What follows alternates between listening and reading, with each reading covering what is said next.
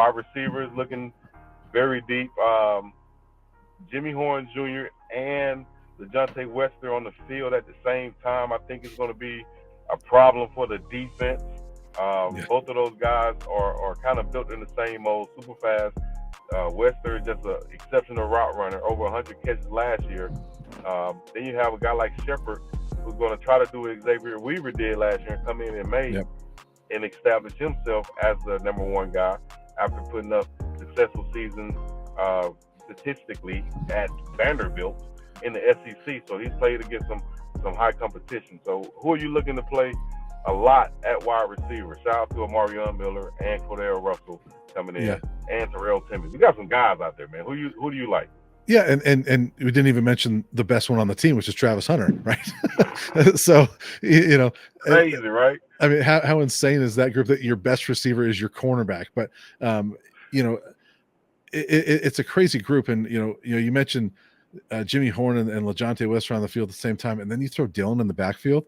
I mean, the speed is insane. And Travis, I don't think has that same speed, but his athleticism makes it look the same, and so Travis is in a whole other category. So you're asking about receivers, and Travis is one of those, but he's that other category. So we're going to say Travis that's the guy, right?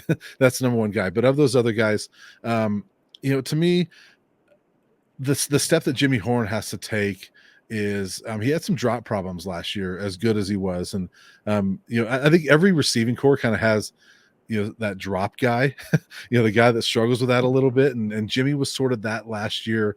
He made a lot of big plays, but he would have some drops. And there was that, remember from the documentary, Prime was talking about, there was a game that Jimmy was dropping the ball and he had to kind of get, put his arm around him and say, "You're fine. You can make plays." And then he goes out there and catches a pass. I think it was the CSU game. That was, and then he catches the pass. Yeah. Time. And so then he catches the pass and ties the game. So, but I think that's the next step for him. But to me, when I saw Jimmy the other day, chatted with him again at Xavier's Pro Day, Jimmy looks bigger to me. He looks a little bit more muscular, still has that speed. But I look at him as all these guys coming in, I know some people have looked at it and said, "Oh, they're going to surpass Jimmy." I think it's going to spark Jimmy to where Jimmy's going to be, I think he can have a Xavier Weaver type of year that Xavier had last year, where he threatened 1,000 yards. I think Jimmy can do that. I still think outside of Travis, Jimmy's your next guy. Yeah, definitely Jimmy Horn Jr. I think the only reason you see a lot of those drops is because, for one, he gets targeted a lot. So you're going to have some drops. And nobody's perfect, but just like saying Shiloh misses tackles. Well, he makes a lot of tackles too. At the same time. So I like to put it in this analogy. They still say Dikembe Mutombo was a great shot blocker, right? Yep. But he did get dunked on, right? It happens. You're going to get dunked on if you're trying to block shots or you're trying to block. So it happens. And so, Jimmy's going to, or any wide receiver is going to have some drops. He had a little string where he dropped a few of them, and Prime, like you said, had to talk to him. But that happens with wide receivers sometimes. We just hope that it's more times than not that it doesn't happen. So and I didn't mean to portray like that he drops half his passes or anything like that. It was maybe 6 or 7 drops throughout the year, but I think he caught like 58 passes. So he's catching he was more. The team too. Yeah, so he's catching more, way more than he's dropping. But I'm just saying that you'll have those guys. Like I don't think Xavier had that many, or Travis had that many. And, so it's not a ton of drops, but it's just every time when they happen, they can be huge. And I think that's one where Jimmy's got to maybe be a little more, I don't even want to use reliable because he was pretty reliable, but you know what I mean? That, eliminate, if it was 6 or 7 last year, make it 2 or 3 this year. That's where you go from 58 catches to close to 65. And so, I see that, but this receiver core, you mentioned all those guys, Will Shepard is, that guy that could be Xavier as well. Right. Amarion Miller's got the ability to be what Xavier did last year, what Jimmy did last year. So, it's such a nice problem to have. If you're Pat Shurmur and you're Shedeur Sanders, you're like, well, who do I throw to? you know, and I love Shador. Last year he talked about all the different guys that he has to throw to, and he goes, I don't ever think about, oh, this is the game I need to get it to Jimmy, or this is the game I need to get it to Amarian. It's just that's what I'm given, and he would tell his receivers, you might not catch a pass today. That's fine. Yeah. Next week you're going to catch 8. You know, and I think that's what we're going to see. I've been one of those receivers in those situations, and I've been at a receiver and been like, man, why am I playing wide receiver? I'm running more than I'm involved in the game. You know, I should have just been on defense. You know, but that's like the nature of being a wide receiver. You're going to be open sometimes. You're going to think you're open more times than you are.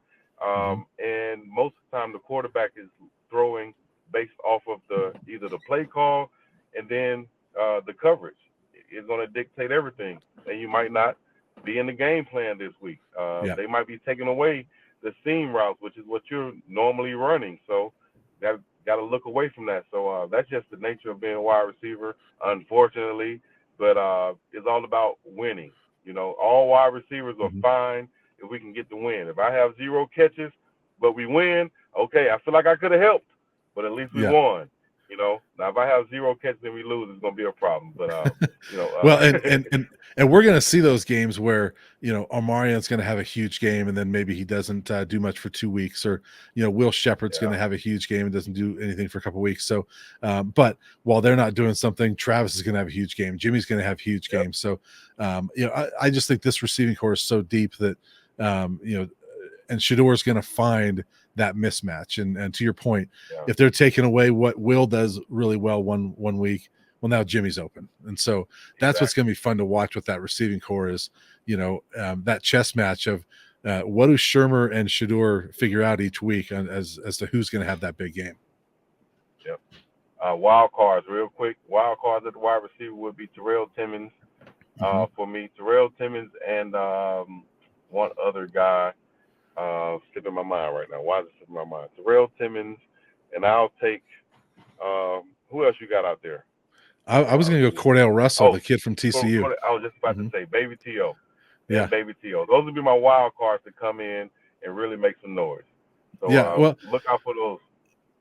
That's the fun thing about this core too, is that, you know, there's probably going to, you remember like Omarian had his 1 game last year, right? Tarvash Dawson had his 1 game, like the Nebraska game. You know, he kind of exploded. Then that was the only thing he did. Those guys are young. I could see where there's 1 game, like week 7, all of a sudden Cordell Russell has like 10 catches for 140 yards. You're like, well, where's that been? And then he doesn't have much the rest of the year. Or you know, Terrell Timmons, the same type of deal. So, but that's what's the beauty of this receiving core, is that you're going to have those guys that can rise up on a particular day if there's injuries or just they get their opportunity.